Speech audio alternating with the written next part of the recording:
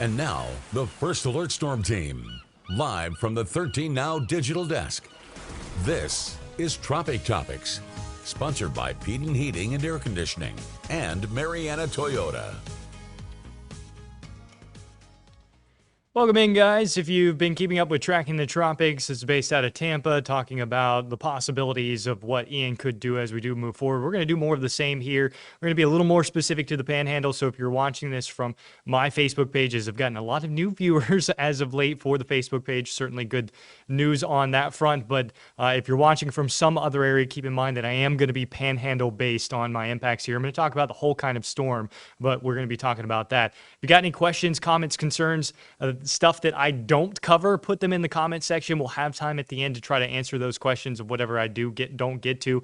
If you're asking for a specific forecast for a specific location, I just don't have enough time in the day to answer every single one of those types of comments. So if you're saying, what's going to happen at blah, blah, blah location, it would just be an impossible task for me to answer all of those questions. So I'm going to cover a lot of the area. I'm going to talk about specific impacts and those kinds of things. So keep that in mind if that's what your question is. I would just keep watching. I'm probably going to get to it, probably going to answer that.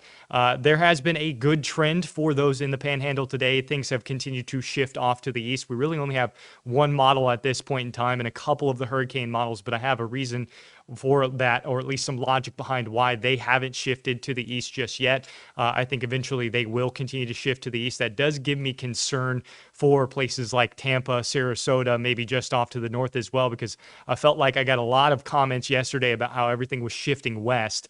And I told everyone on social I didn't believe that that trend was going to continue, and I thought that there was some kind of funny business going on with the models and how they were handling the initialization and organization of Ian itself. It just didn't make sense to me for this to end up in the Western Panhandle. So for basically Bay County off to the west, your area, we're not going to see a direct impacting landfall of this system.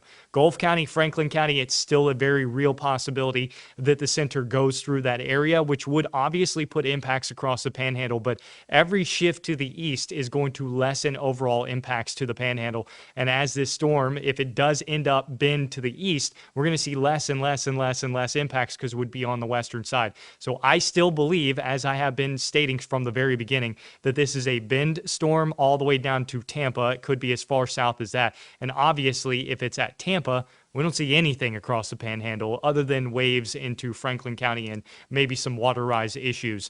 But we're going to get down to the full breakdown of the possibilities here. But overall, yesterday's model trends, we've had the complete opposite today. So yesterday, things were shifting west. Today, everything has shifted back off to the east as the storm has organized, which is what I was cautioning on social media. And I saw a lot of deterministic, what I mean by that is single run post of the GFS that went way west yesterday. And I tried to caution people not to buy into one single run. You got to watch the overall trends. You don't just flip the forecast west because a few runs show it's flipping to the west. You got to follow the trends and you stay with the trends. It's a gradual shift to the west, and then it's a gradual shift back off to the east. And that's what we've had. We've kind of had a windshield wiper motion over the last couple of weeks or over the last couple of days. But overall, to me, what still makes the most sense is bend off to the east. And the eastern side of this storm is going to have significant impacts regardless of where the storm goes.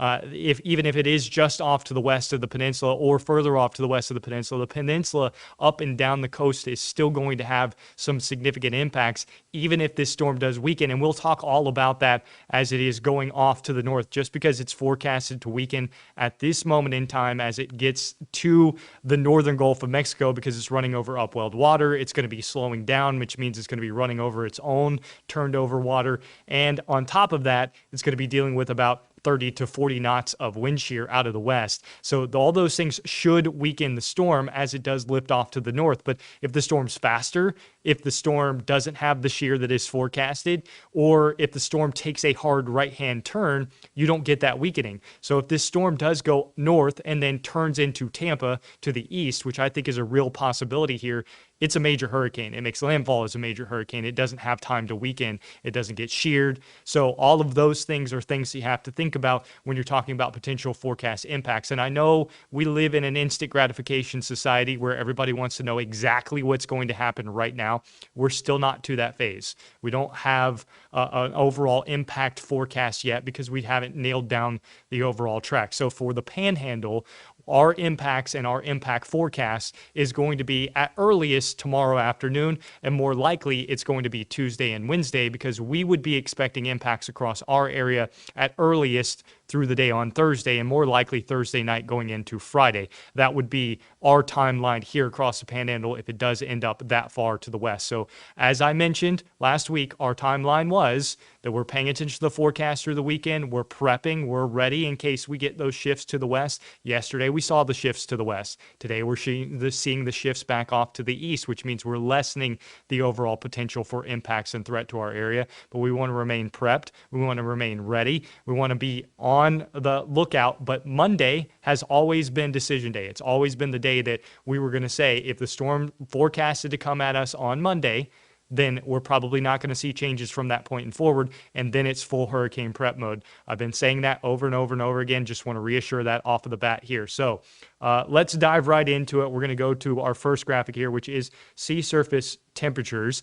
And everyone loves to show this graphic because they love to show how warm the water is and how much fuel is out there. Well, the storm got heavily sheared, and then it's been sitting over 87, 88 degree water, and it hasn't really organized because of dry air and the tilt of the storm. Now, it is no longer tilted, and I do expect that we're going to see rapid intensification overnight tonight and through the day tomorrow. So again, reiterating back to the fact that just because you have warm water doesn't necessarily mean that a storm is just going to wham intensify because the water is warm. Yes, ocean heat content matters, especially when the storm is organized and the environment is favorable. But at this point in time, we're just getting into organization. So it's spent over a day over warm waters. It's spent days over warm waters, and it's taken this long to get organized. So kind of goes back to for future storms. Now, this storm is going to rapidly intensify. It is going to strengthen. So just saying, for future storms, don't freak out just because the water is warm.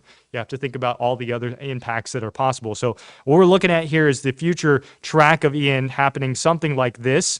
And you can see that the water temperatures in that area are extremely warm. So we're not talking about any kind of risk of this not having ocean heat content as a possible or available to it. So this is going to be running over very warm waters, which is why we are concerned about rapid intensification and why I believe we are going to see rapid intensification. So first of all, let's look at the satellite picture here. And I always like to start out with analysis and talk about what's going on. And we can finally see what's going on. And there's a reason why we're getting shifts to the east today. There's a specific reason why we're getting shifts to the east today. And it's because, A, the storm has organized, and you can see Ian down here. You can see a nice defined low-level center, and hooray to the GFS for figuring out where the initialization of the low-level center was going to be. So voila to that. Other than that, I think the GFS has kind of been off its rocker just a touch. But there's some reasons why it's doing that as well. There is a little positive vorticity streamer right here, which is now starting to act its influence on the storm and is pulling the storm off to the north. It is moving off to the north and west thanks to the high pressure ridge here, its overall trade winds, as well as the ridge influencing that direction. So those are your total influences and gradient forces. So what's going to overall act on the storm, at least in the near term. So it has a very favorable environment. You can see the outflow here showing up quite nicely. And that should help things shear on, or rather no shear and outflow on all directions around the storm. So that's why we're expecting rapid intensification as we do go through the rest of today into the overnight hours. You can also pick out the trough that has started to show up quite nicely here. Yesterday's models didn't make a whole lot of sense to me because the ridge, which is the downstream effect, is actually came in much stronger than what was modeled, which should have indicated that we were going to see a quicker turn to the east, not less of a turn to the east. So I think what happened yesterday with the models all shifting to the west, with exception being the European model, is that we were just having a really hard time with the storms and capitalizing on the initialization of the storm down in the Caribbean. So now that we're getting that, we're starting to see that shift back off to the east because we're also modeling the trough itself. So we're starting to get an understanding of what the impact is going to be to the storm as it interacts with the trough and how that affects the overall steering current as well.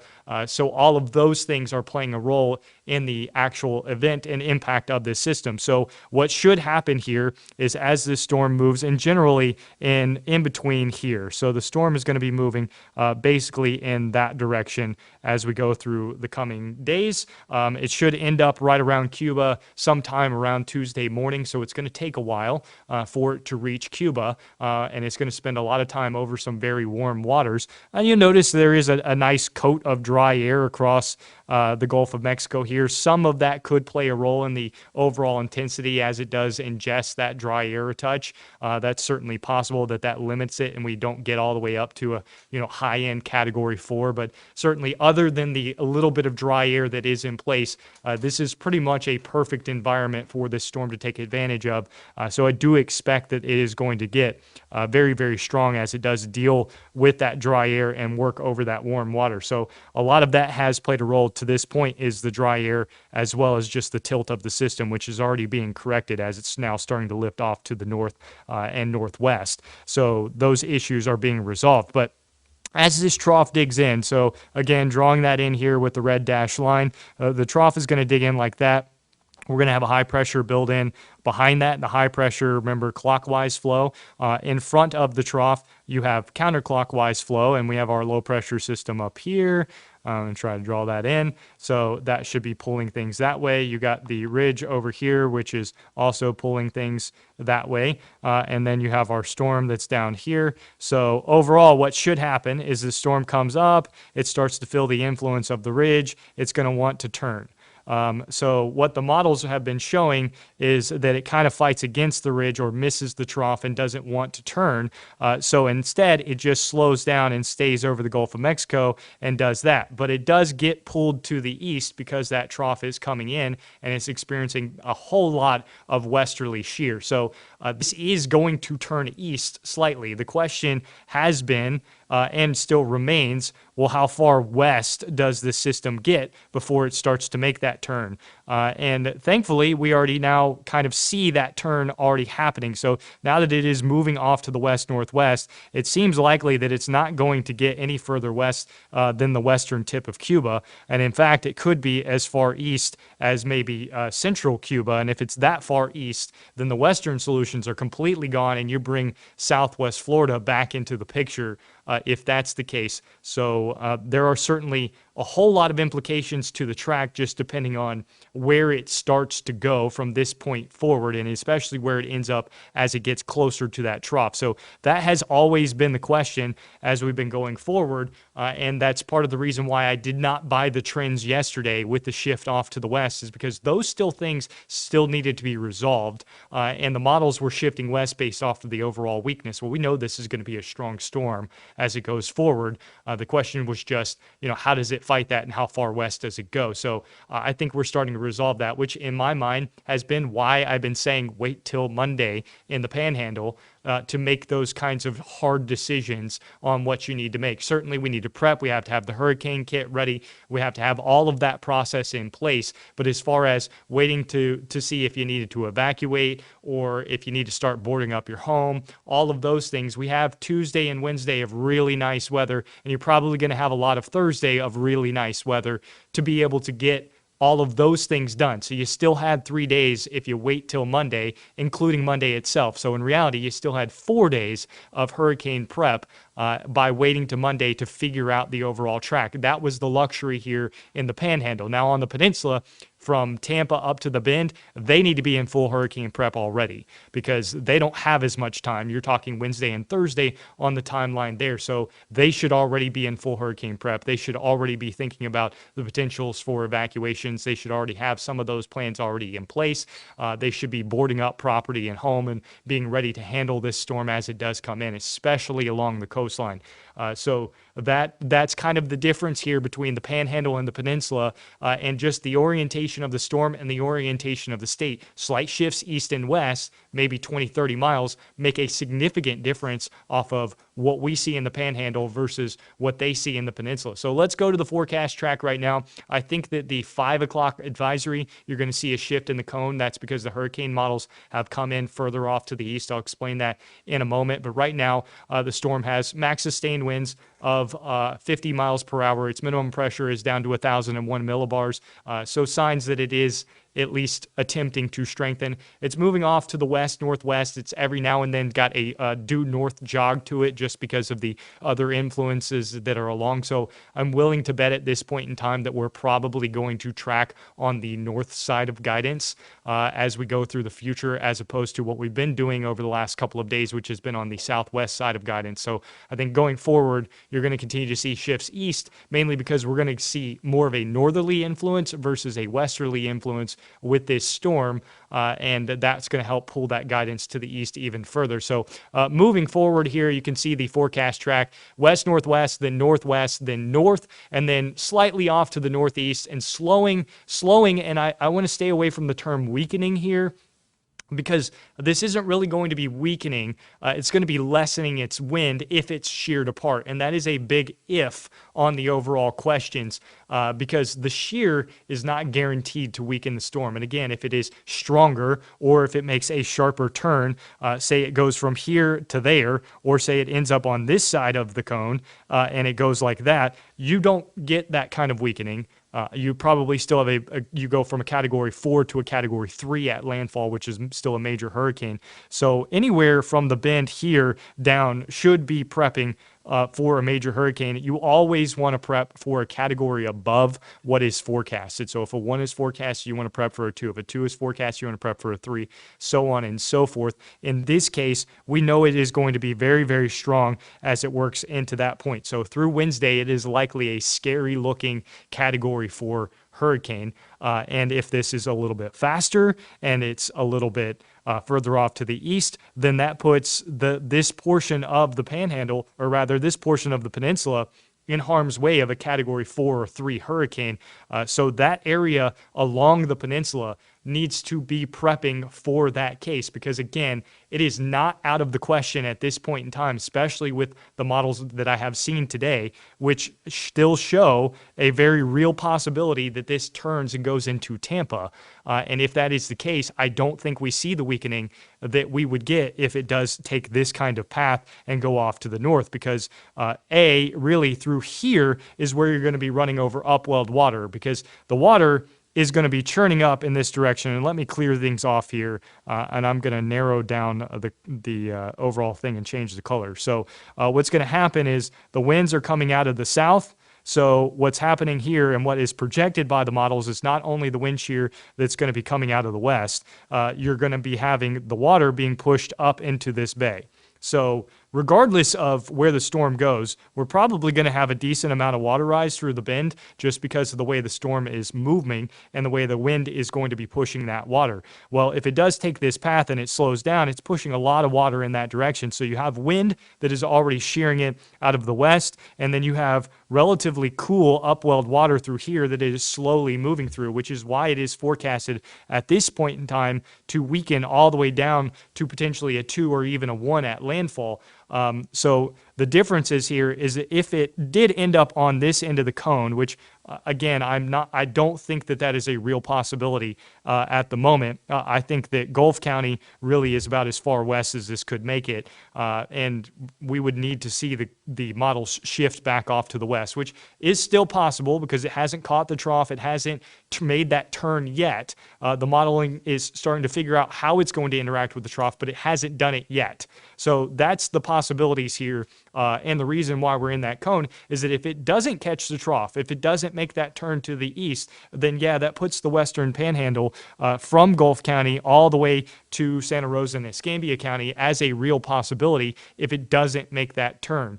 What I'm saying is that logically to me, I don't see it missing the trough, and it's certainly going to be dealing with the shear. So in my opinion, I don't understand how the storm could really make this movement unless it is a faster moving storm and or much further west than the western tip of Cuba.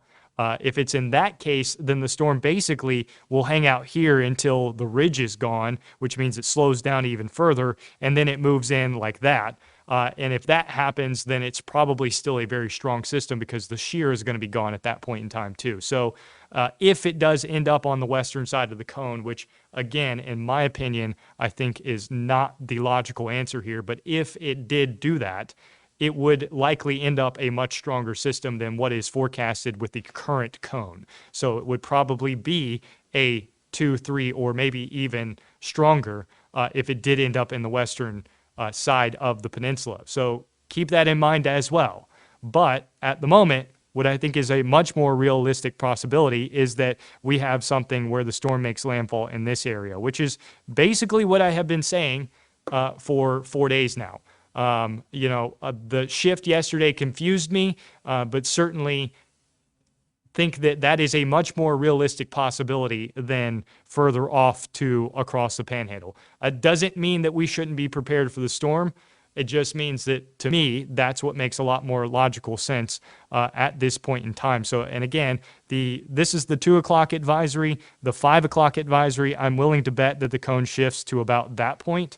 And we'll explain why here in just a second. I'm going to go over to the next slide, which I believe is the one that I can explain it with. So yeah, here we go. The purple shaded area has been narrowed down. That's the ranges of possibilities here. And I probably should have included more of Southwest Florida. I didn't, but this is the latest hurricane models here. And you'll note that they are all much further to the east than they were this morning. So the reason why the hurricane models are good and why they're bad is that they're 2-kilometer models, which means they're high resolution models. However, their grid only goes out 20 kilometers. So they do not, unlike the GFS and unlike the Euro, they do not encapsulate what's going on around the world. They're not encapsulating the overall environment. They're encapsulating the environment around the system. So what I believe is happening and what I believe is going to continue to happen is that as this storm moves further and further off to the north, these hurricane models are going to start picking up on the trough, which is what they're already starting to do, which is why I think they have shifted off to the east, is because we have seen them starting to pick up on that trough. Now, the GFS this morning was here. That was last night's run. This morning's run, it was here. And now this midday run, it is here. So tell me which way the GFS is trending. I would say it's trending east. The Euro, for the last 3 days, has been basically in this area and has not moved, which is concerning. The UK Met, which is another one of the deterministic models, it is also right here. The Canadian now, which was on board with the GFS, is also right here. The Icon, which is another deterministic model, is right here. The Access G and the Japanese model, it is right here. So there's one model, one deterministic model that is west, and it's the GFS. All the rest of them are Tampa, Sarasota, Bend, in that area. The hurricane models are basically splitting between that. So that trend to the east gives me a much more confidence that that trend to the east is going to continue to happen because I believe that they're picking up on the trough as opposed to the GFS, which I think is trending toward those other models versus the other models trending toward the GFS. So again, this is why you shouldn't see those deterministic models, those single runs as, well, this model is good and this model is bad. They're all bad. Every single one of them is bad. Let's stop getting into the GFS is good, the Euro is good. They're all bad. All models are bad. Some models are useful.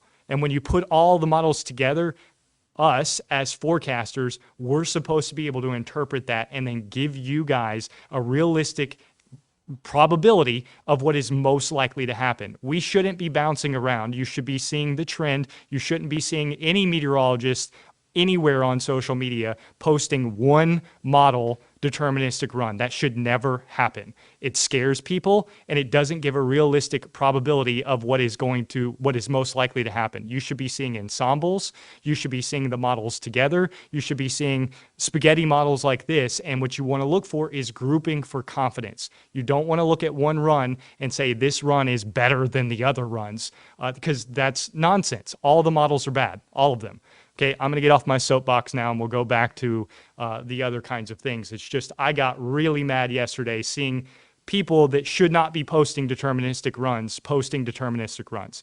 Again, off my soapbox now. So let's go ahead and see this as we go forward. So because we have seen that shift in the overall range of the hurricane models, and because the other deterministics are all grouped together basically in one spot, I do believe that we're going to continue to see these shift in this direction. So again, I still think that this area is much more likely to see direct impacts and a direct landfalling system than further off to the west across the Panhandle. That doesn't mean it's not possible. It's just what makes more logical sense to me. Again, we've seen a lot of windshield wipering going on.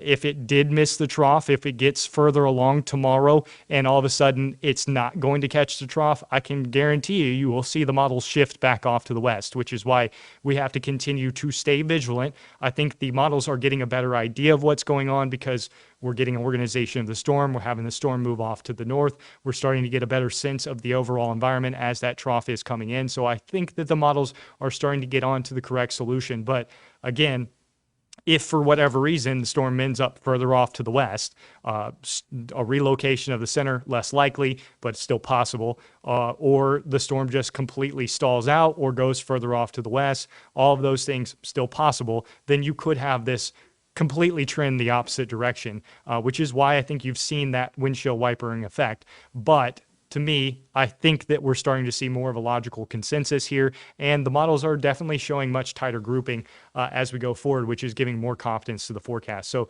let's go over timeline here and go forward, and we can talk about potential. What this was the if forecast, and now it is a timeline forecast. And amazingly, not to pat myself on the back, but I'm going to do it. Amazingly, I have not had to adjust this timeline whatsoever, which is a downright miracle in itself. That's complete luck. It is not skill. I'm just going to go ahead and put that out there. But it just turned out to be that it looks like my timeline on the if forecast is going to be correct. But overall, what we're talking about here, again, impacts should start on the first day that you see here and then should be continuing through the second day that you see here. So through the green shaded area, it would be Wednesday on approach, Thursday as the storm was moving through. For our area, it would be Thursday on approach, and then it would probably be Thursday night, Friday as the storm was moving through. The Keys through Fort Myers, it's going to be Tuesday, Wednesday. So again, that kind of goes back to if you're along the peninsula here, especially on the western coast, you need to already be prepped and ready because you have less time than those individuals here across the bend into the Panhandle because we're just further away from the storm. That's just how it works. Even though the uncertainty is still there, it's just we're further away and the uncertainty is being narrowed down. So these areas, especially in my opinion, from the bend right through here near Horseshoe area going down to Cape Coral,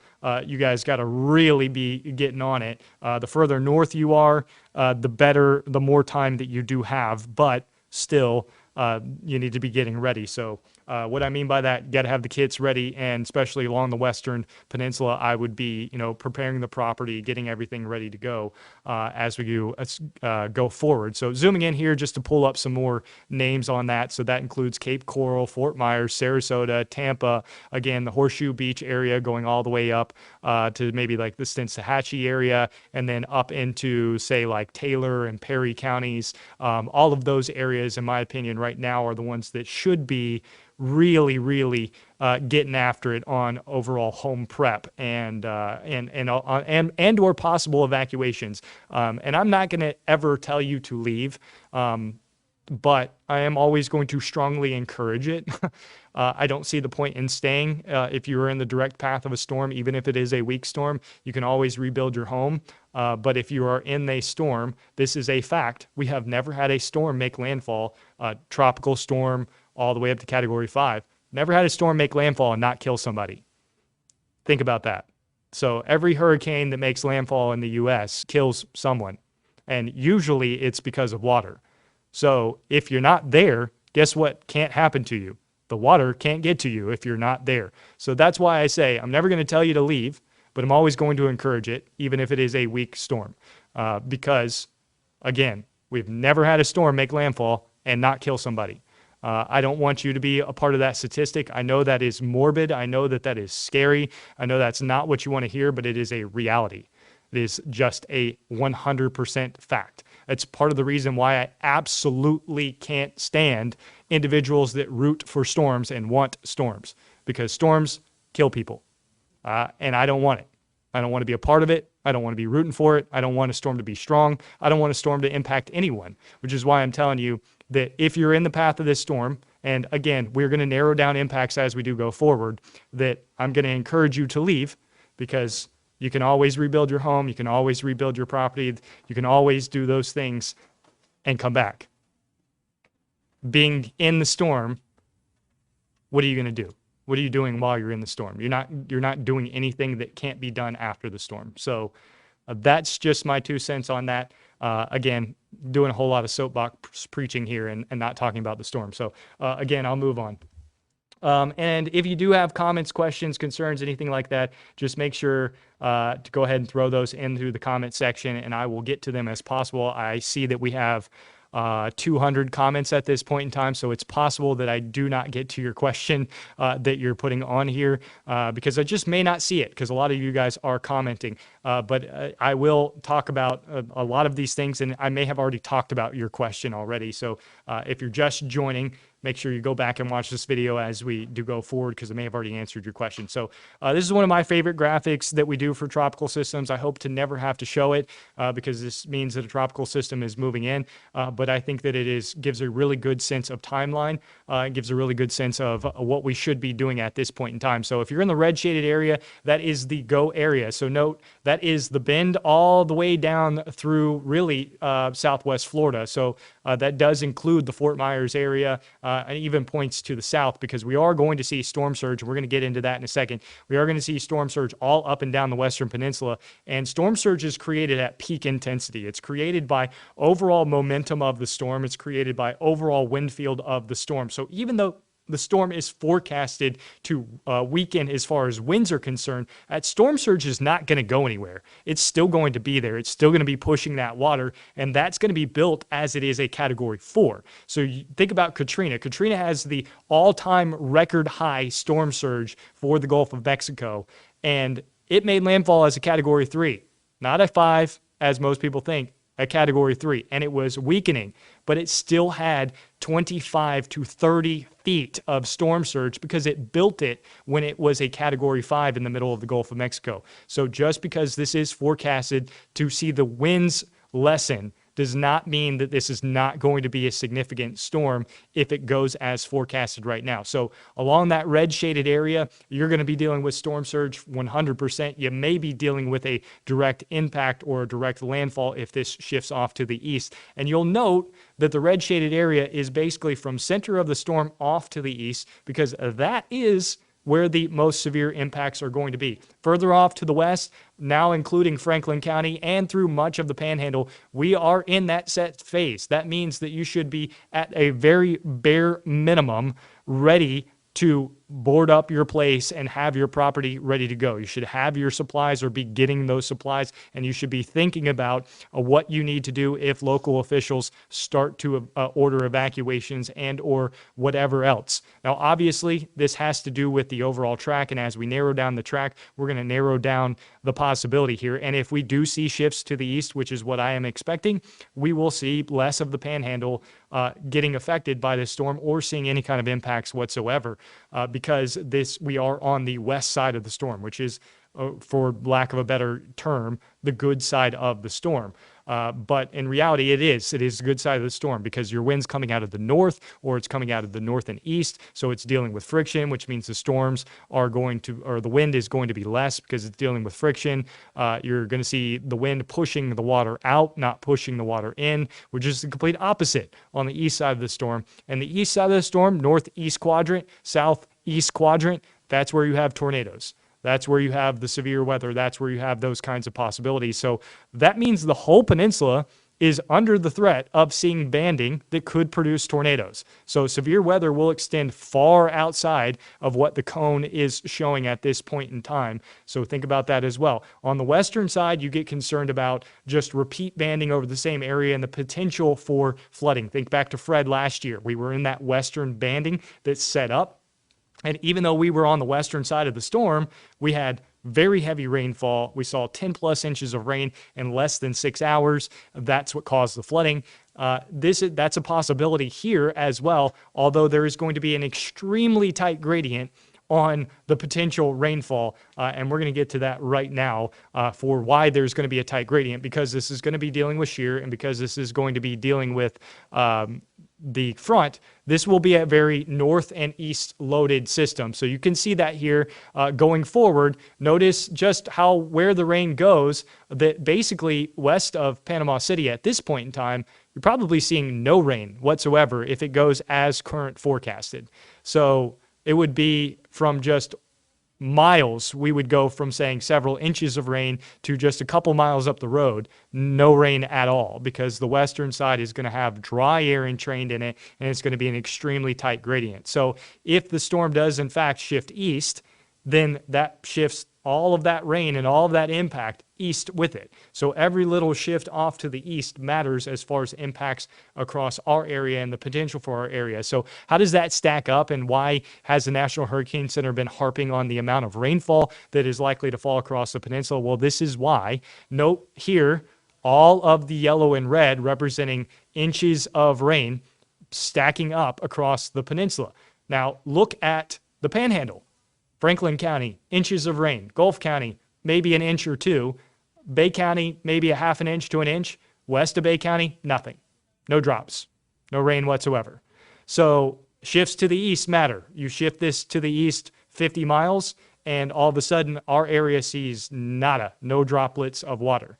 What we would still see, and what we are definitely going to see, Franklin County, coastal areas, you are definitely going to see water rise.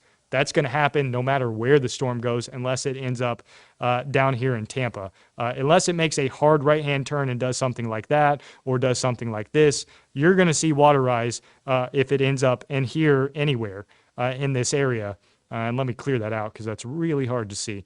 We're going to go over to the blue because that's not shown on this map. So even if the storm goes anywhere in this area, you're going to see water rise in Franklin County because the storm is moving in this direction. It's going to be pushing water up that way, and it's going to be pushing water that way. So that takes it right up the coast and goes into that area. So Franklin County coastal areas expect at a minimum water rise. You may be dealing with wind. You're probably dealing with at least some wind. You could be dealing with a very strong wind if this storm is further off to the west. But every mile, 2 miles, 3 miles you go west of the center, you're going to see less and less overall impact from the wind because, again, friction from land as well as just the overall circulation reducing the wind on the west side.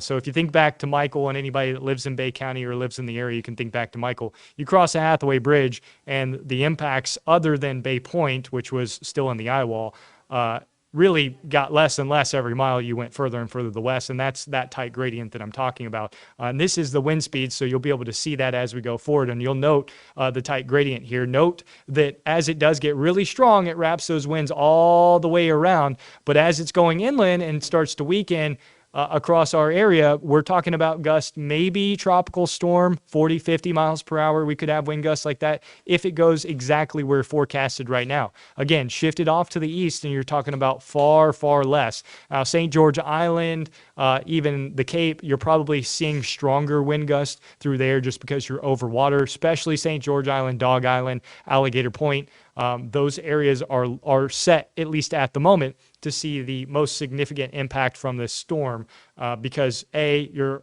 near the water, over the water, on the water, and B, because the storm is going to be much, much closer to you, and you're going to be much, much closer to that overall eye wall. But again, as we shift this to the east, if we shift it to the east, then we see those impacts lessen and lessen and lessen. And it's very possible that, say, the storm, now I got to shift it back to red, say the storm goes here, it's very possible that the only areas that see any kind of impact are Gulf and Franklin, maybe Southern Liberty, as well as Wakulla, Gadsden, and Leon.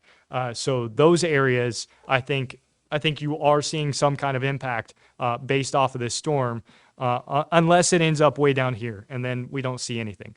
If it ends up way down there, then we don't get any rain. We have some breezy conditions with the wind out of the northeast, but we have a sunny day, and we'd have fairly nice conditions. Again, even if it ends up down there, the Franklin County coastline all the way up to St. Mark's, St. George, you're probably still talking about water rise and storm surge issues. But for the Panhandle anyways, we can certainly hope that this continues to shift off to the east. For the peninsula, they're kind of hoping that it stays as forecasted or shifts off to the west, because that would certainly lessen the impacts there. So this is kind of a lose-lose on where it tracks at this point in time, because it is going to be impacting somebody. Best case scenario is probably the scenario as forecasted now, that it weakens and moves in that direction and gets sheared apart and then runs over its own upwelled water. That's probably best case scenario. But again, I think we are shifting things to the east as we go through the rest of today. And then we possibly could see that trend continue tomorrow, especially if the GFS comes into the fold with all the rest of the models. I think you would see a significant shift further down to the east. So if you're in Tampa, if you're in Sarasota, if you're around those areas, if you're just north of Tampa, just south of Tampa, all the way down to Fort Myers, you really, really got to be paying attention to these shifts in the forecast and just go ahead and prep like a major storm's coming, because we're now within, 90 hours, 80 hours away from that potentially happening. So you're running out of time to prepare there. You still have time, but you're running out of time. So you definitely want to use the next couple of days of nice weather through those locations to be prepped and ready. And if you're in the Tampa area and this does take a sharper turn, say that it ends up on this side of the cone and takes a sharper turn like that, we're going to be talking about significant water rise into the bays. And that area, Tampa Bay, really hasn't seen a storm surge event into the bays since the 20s. It's been a long, long time. There's been a lot of development around the bays down there that is right on the water. And I can promise you that if the same storm happened in the 20s, happens this week, we're going to be talking about massive amounts of damage along those bays, because all of those communities that are right along the water in the bays on a very shallow bay that is very prone to storm surge will be underwater. We're not talking about just a little bit of water. We're talking about a significant water rise through that area if this plays out, which is why I want to stress again that most of the models, with exception to some of the hurricane models in the GFS, do have that as a real possible solution. So that needs to be taken very, very seriously, because that could happen. Now, the forecast that the National Hurricane Center goes with is always model consensus. They're always going to go model consensus. It's going to have the least amount of errors as far as forecast shifts. So that's why you don't see the cone shift drastically west or drastically east, even as the models shift back and forth, is because they're always going to go with model consensus. That's where you're going to see the least amount of errors in forecast track. It is the best forecast. It's the best forecast you can possibly give, is model consensus. And that's what they have. So think about that as you are looking at the cone and you're looking at the range of possibilities, which is basically everything in the cone. Think about that. Also think about that the impacts extend much further away from the cone than just the cone itself. The center of the storm is significant, but that you can have extreme and significant impacts well away from the center of the storm, flooding, for example, as well. So going forward just a little bit more here, and we are almost done, so I will be getting to those questions here very, very shortly, is the tropical storm percentages. So this means seeing tropical storm force winds percentage as it stands right now. And this increases with time as confidence increases as well. But you'll note that these tropical storm percentages are highest on, guess what? The east side of the system. And that shows you that at this point in time, the chances of seeing tropical storm force winds in Apalachicola is 50%, which is why I'm saying along Franklin County coastline, Gulf County coastline, you should be in full storm prep mode. The other areas further off to the west, say Panama City, probably about 20%. And then as you get even further off to the west, it's about 18%. Look at Tampa. The chances of seeing tropical storm force winds are greater in Tampa than they are right now in the Bend, where the center of the storm is forecasted to go. Why is that? Because you are closer in time to the center of the storm. You're also closer to the stronger portion of the storm. So again, it kind of goes back to if we see a sharper turn, if we continue to see this trend to the east, those areas need to be prepped. You need to be taking it seriously. You don't need to just go, oh, the model shifted west, I don't need to worry about it. No, it's a very real possibility that that is still a possible solution. It is also possible, again, we haven't caught the trough yet. The storm hasn't moved through Cuba yet. It's not in the Gulf of Mexico. If it misses the trough, you will see a shift west. It will happen.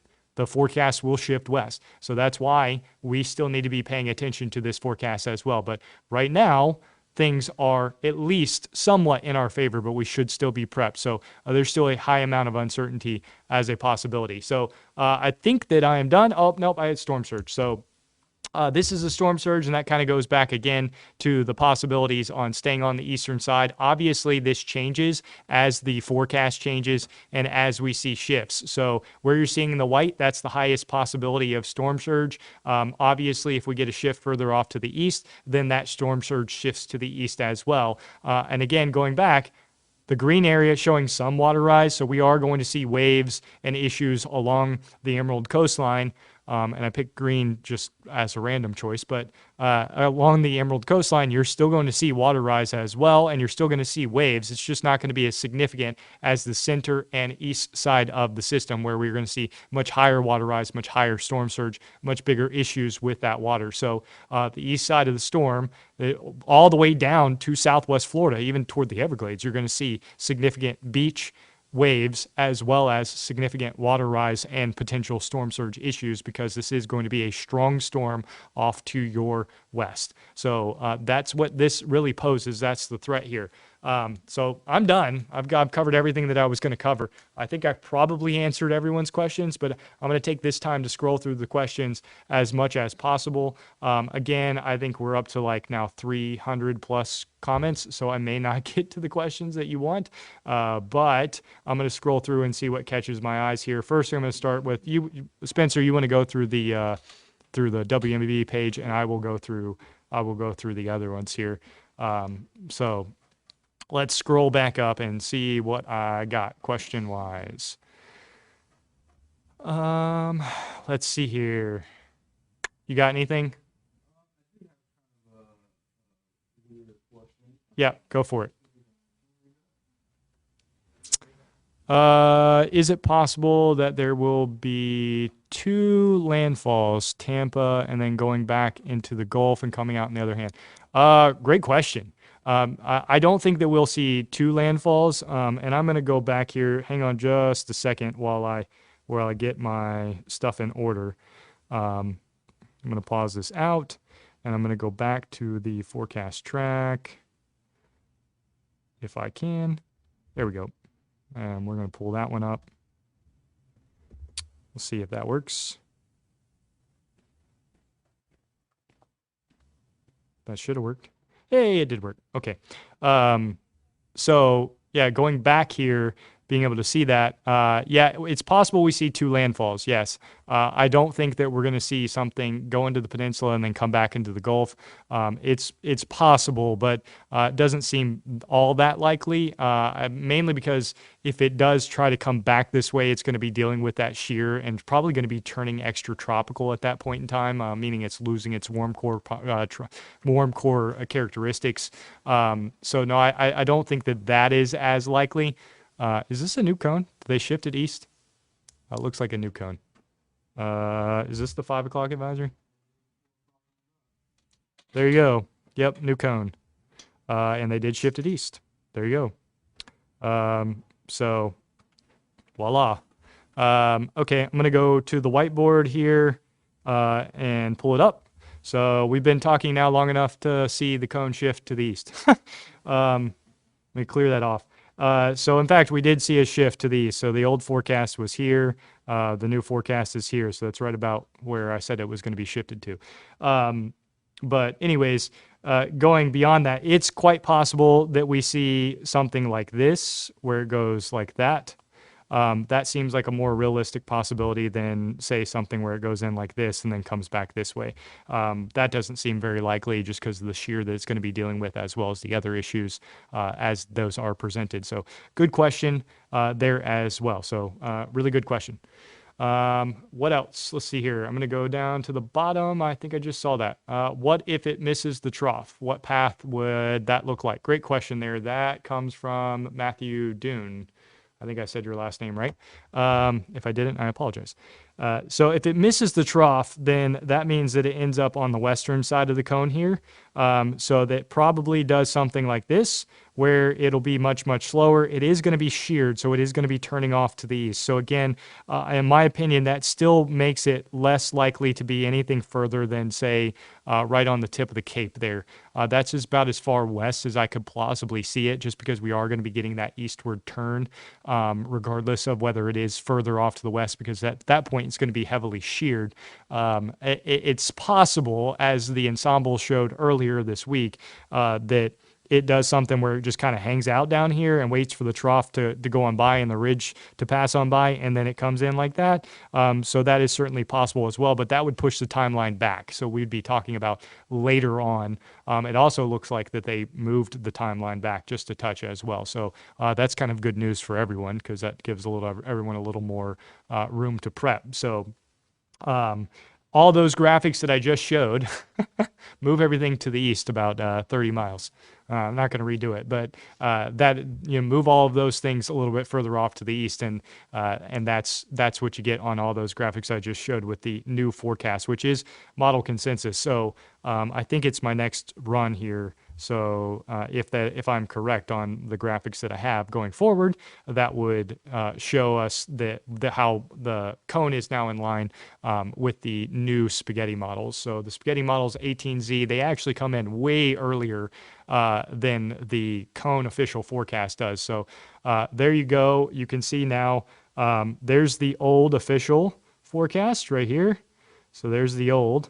That's the old official forecast, and they now have moved it here. So that's a pretty significant shift off to the east, and that certainly does lessen the potential threatening aspects of this storm across our area. Still Franklin County, Gulf County, you're still going to see impacts if it goes as forecasted right now, and it's still possible we see shifts back off to the west. So just because we're getting shifts to the east today doesn't mean that we don't see those shifts back to the west tomorrow, because again, we still have to catch the trough, still has to make that turn, and until that happens, shifts are still possible. We're not going to see major shifts.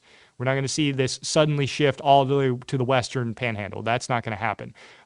But we could still see slow shifts like we've done today. So today everything has been east, east, east, east, east. Yesterday everything was west. So it's still possible, if we miss the trough, that we see this west. But again, as I went through earlier, and if you missed it, my opinion is that the hurricane models and the models themselves are starting to get a real sense of how this storm is going to interact with that trough and what's that going to do to the steering currents. And what logically makes sense to me is something basically from where it's forecasted now down to Tampa. That makes sense. So where it's forecasted now is in the range of what makes logical sense to me. So I think that this is a much more realistic possibility than further west than what it is now. Still possible. We need to keep our guard up, but certainly I think that where it is now further off to the east is still a very real possibility. So again, if you're in the Tampa, Sarasota area, even further off to the south, Cape Coral, Fort Myers, you got to pay really close attention to this because again, if it's Tampa further off to the south, this is probably a much stronger system than a Category 2 or Category 1. It's probably a major hurricane when making landfall because it's not going to have the shear. It's not going to have time over upwelled water. It's going to be over warm water. It's going to be making that turn much faster, and it'll be a much stronger system. So think about that as you are making plans if you are in that area. So good question. Let's go further down. Let's see what else. Oh no, what did I do? Messed up my thing. I think I just answered that question. What about if it hits into the Tampa area? I think that's what I just saw. I think I just looked at that. Again, if you're in those areas, go to your specific local forecaster. They're going to have a much better understanding of just the geography of your area as well as potential impacts of the storm in that area, because I'm fairly familiar with most of Florida. I used to forecast for Gainesville. I have a really pretty decent understanding of the Tampa and Sarasota and St. Pete area as well. Not real familiar with Fort Myers or Cape Coral, but down to the Everglades as well as the Keys. I've got a decent understanding of the structure of Florida, but I'm not going to be nearly as capable or competent as your local meteorologists. Your local meteorologists are going to have a much better grasp on that because they live there, because they're seeing it daily, because they're experiencing the weather that they forecast. So go to your local meteorologist and consult them, consult their forecast, because they're going to have a much better idea of what your local impacts are going to be. My area, for those watching outside of my area, is Franklin County and the Panhandle. So Franklin County versus all the way to Walton County, which is much of the Panhandle. I cover the Panhandle, so I know the Panhandle really well. Outside of that, you need to consult your local forecaster because they're going to have a better handle on the specific local impacts, and they're going to be narrowing those down as we go through the next couple of days. You notice I did not give an impacts forecast here across the Panhandle because we don't know yet. We still got to wait on the track to verify and be confident in that before we can start saying what the forecast is going to be. If I said Bay County is going to see 50-mile-per-hour winds, and then this ends up going to Tampa, and the winds end up being 15 to 20 miles per hour, you guys are all going to point at me and go, "You are terrible at your job." So I'm not going to do that. Instead, I'm going to tell you there's an uncertainty in here and that we could see those kinds of impacts. But at the moment, it is too uncertain for me to say that forecast. I'm not going to be wishy-washy. That's why I don't flip or show single deterministic models or switch way off to the west just randomly. Instead, follow the trends and do those slow movements, because those are going to be better forecasts than flipping and going with one single run or anything like that. Confidence is in grouping. It's kind of like the old bullying saying, right? That you're safer with numbers, right? And here in forecasting, you're safer with numbers. So you want to go with the groups. You don't want to go with the individual outliers, whether it be the hurricane model, one hurricane model, or one deterministic model, or anything like that. The single run stuff doesn't matter. The groups matter. So keep that in mind as well. Okay, let's what else we got? You see anything else? I see a lot of comments on WMBB that we answered earlier in the show. I think I would just maybe reiterate. We've been live now for 58 minutes. We answered a lot of these questions at the beginning of the show. You'll be able to go back and watch once this is over, and also a lot of individual. I see a lot of individual comments. Specific requests. I think we covered most of that at the beginning as well. Yeah. I don't, on these types of things, I don't specifically talk about direct forecasts for individual locations because I just don't have time to do it. If I answered every single one of those questions, we would be here all night. Plus, a lot of people would be really bored by the time we got through all of those. But overall, I have covered a lot of the forecasting issues here and a lot of what the forecast is going to be as we do go forward. In fact, including even seeing my forecast of this will shift east, verify from when we started to where we are now. So, keep that in mind as we do go forward. Shifts to the east will lessen impacts across the Panhandle. Shifts to the west will greaten impacts across the Panhandle. We're still narrowing down that path. We're still narrowing down that timeline. Our timeline would be Thursday and Friday in the Panhandle here. I'm addressing my area, not those areas outside of my area. But Thursday and Friday, that's when we would be expecting impacts here if the storm were to move in this direction. Right now, trending away from this area, which would mean less and less in the way of impacts. But it does mean greater and greater chances of impacts across the peninsula. So areas in the peninsula, you have less time. So you need to go ahead and get prepared. Sarasota, Tampa, up through the Bend, all the way up to, say, like the Horseshoe City area. Those areas need to already be under full prep. In our area, tomorrow has always been my decision day. Right now, again, things trending east, but if it misses to the trough, if we start to get that trend back off to the west, that means that the models are picking up on missing the trough as opposed to interacting with the trough. It's good that we had the west trend yesterday versus today, because if it was trending west today, I'd be saying, okay, now they're saying the trough is not going to interact with it, as opposed to yesterday saying the trough's not going to interact with it to today saying the trough is going to interact with it. That's a better confidence in that forecast because we're lessening up the time and the interaction between the two is getting closer. So again, that kind of leads to confidence that we are going to see trough interaction versus missing the trough, but it's still a possibility. So we still need to be prepped, watch, waiting, vigilant. Franklin County, I would go ahead and be prepping. I'd be prepping, ready to take the brunt of this system if it did end up further off to the west. If it doesn't, great.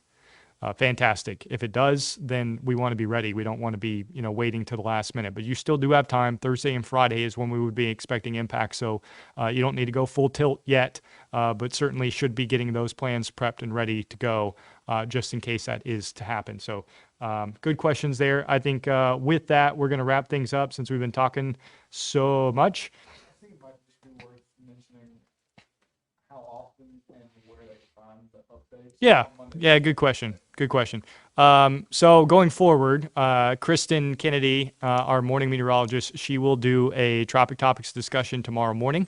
I will be back tomorrow afternoon around the same time, about 3 o'clock. I will do a Tropic Topics discussion then, and we'll kind of verify what we're looking at, what we're dealing with, and where our impacts lie at that point in time. But at the moment, that's where we're at. As far as updates to the National Weather Service, they do a 5 o'clock advisory, which is 4 o'clock our time. It's 5 o'clock Eastern.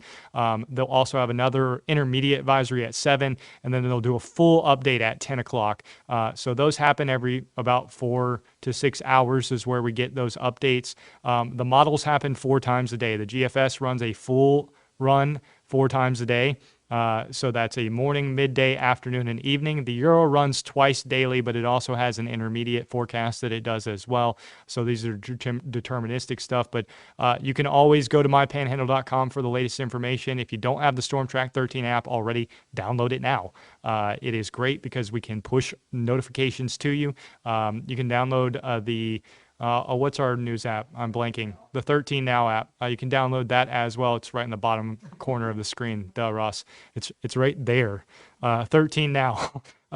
So you can download that as well. Those are great resources to get information. We have resources on hurricane kits and what you need to have already underway and those plans and what should be going, what you should already have stored, quite frankly, because it is hurricane season. We're in peak season. So we have resources for that as well. And you want to be checking in this week with your local emergency managers. If you're not following your emergency managers on Facebook or Twitter, go ahead and do that. I follow all of them. I get all of their notifications. I see all of their stuff. I know that they are already posting about the potentials of this and what you should be doing at this point in time. So I'm not going to issue evacuations. I can't. I don't have the authority to do it. They will. They're the ones that have the authority to do it. And what they're doing is listening to the National Weather Service. They're getting briefings daily from the National Weather Service, and they're going to issue those warnings, those evacuations, if it comes to that. Right now, I would say that the only area that potentially could see evacuations is probably Franklin County, maybe Gulf County, based off of the current forecast. But I wouldn't expect evacuations to be issued in other areas unless we see a shift to the west. And then we could probably bring those into the fold. But again, they're the ones going to do that. If they ask you to leave, no matter where you are, if you're on the peninsula, no matter where you are, if they ask you to leave, leave. If you are under a mandatory evacuation, leave. That mandatory means mandatory. It doesn't mean you can stay. It means if you stay, you're risking your life because they're not going to come save you. That's what that means. When they say mandatory, what that means is that first responders are not coming to get you. If you decide in the middle of the storm, I can't be here, I'm going to call 911 and have someone come get me, they ain't coming because it's a mandatory evacuation. They're not going to risk their own lives to come save you after they told you to leave. So mandatory means mandatory. If you're under a voluntary evacuation, you can stay, but I would suggest if you're under a voluntary evacuation, probably leave too. It's just smarter. Again, we covered this earlier. I did my whole soapbox on all of that, but it's just, it's the way to go is to be smart here. You can always rebuild things. We're very aware of that here in Bay County and through much of the Panhandle on having to rebuild and do all of that kinds of things. It's not fun, but guess what? If you're here, it doesn't change what's going to happen to your house. It's not going to change what happens to your business. It's not going to change what happens to anything else. What it will change is the chances of survival. Your chances of survival if you leave and you're not here during the storm are going to go up significantly. So that's what we're saying here. So if you get asked to do those kinds of things, please, please, please consider them and do them. Again, I'm afraid for Tampa because if we do get this sharp return, I believe it's going to be a major hurricane. Tampa is much like Bay County was before Michael. It hasn't had a storm in a really long time. And I'm afraid that a lot of people will not take this seriously, and they should be. So keep that in mind if you're watching from those areas, that you should be taking this very, very, very seriously, because if it makes that harder turn, it's not going to have time to weaken. It's not going to be sheared. It's going to be a major hurricane moving into Tampa Bay, and we don't want that. And we certainly don't want you not being prepared with that type of situation, and that is a real possibility. Again, that's not the forecast right now, but it is a real possibility. It's still very possible that that is the outcome, and you should be prepared for that. I think that's it. I think we've got it all covered. So for those that stuck around all the way to the end, all 394 of you, congratulations. You got to hear me talk for an hour. For the ones that didn't or just joined, if you just joined, I covered a lot of material. This is going to be posted on mypanhandle.com. You can check out all of that. I'm also going to take some of these graphics and explain them and put that in an article. It'll be on mypanhandle.com as well. That'll be updated as we go throughout. We're also updating the other tropical posts that we have already posted. So if you find those as well, there's new information there. Grace will be on in less than an hour, so I need to get off the computer so that she can use it. So you can check in with her as well as we go through this evening. And again, Kristen Kennedy will be doing a Tropic Topics tomorrow morning. I'm guessing she'll do 10. That's usually when she does it, about 10 a.m. About 10 a.m. Central. I'm guessing that's when she's going to do it. She might decide to do it after her midday show. Not real sure. So check back in on when we're going to do that. I will be back around the same time, 3 o'clock tomorrow. So we'll do a Tropic Topics tomorrow. Hopefully I'm here for those in the Panhandle. I'm here saying, hey, it stayed off to our east. We're not seeing a westward trend today. Things look good. Hopefully that's what I'm saying for us. For the Panhandle or for the Peninsula, you're probably hoping the opposite. But we'll see. We'll see how things go. There's still a good amount of uncertainty. Again, the purple shaded area, there are ranges of possibilities. So there's still a wide range of possibilities. And the east side of the system needs to be prepping now, needs to be ready. So reassuring that, reaffirming that. That's going to do it. We're going to wrap it up. We will see you. Kristen will see you tomorrow morning. I'll see you tomorrow afternoon. And Grace will see you in about 40 minutes. Thank you for watching Tropic Topics, sponsored by Peden Heating and Air Conditioning and Marietta Toyota. Be sure to download the StormTrack 13 app today to stay up to date with all of the latest weather information. For more local news, weather, sports, and more, visit mypanhandle.com.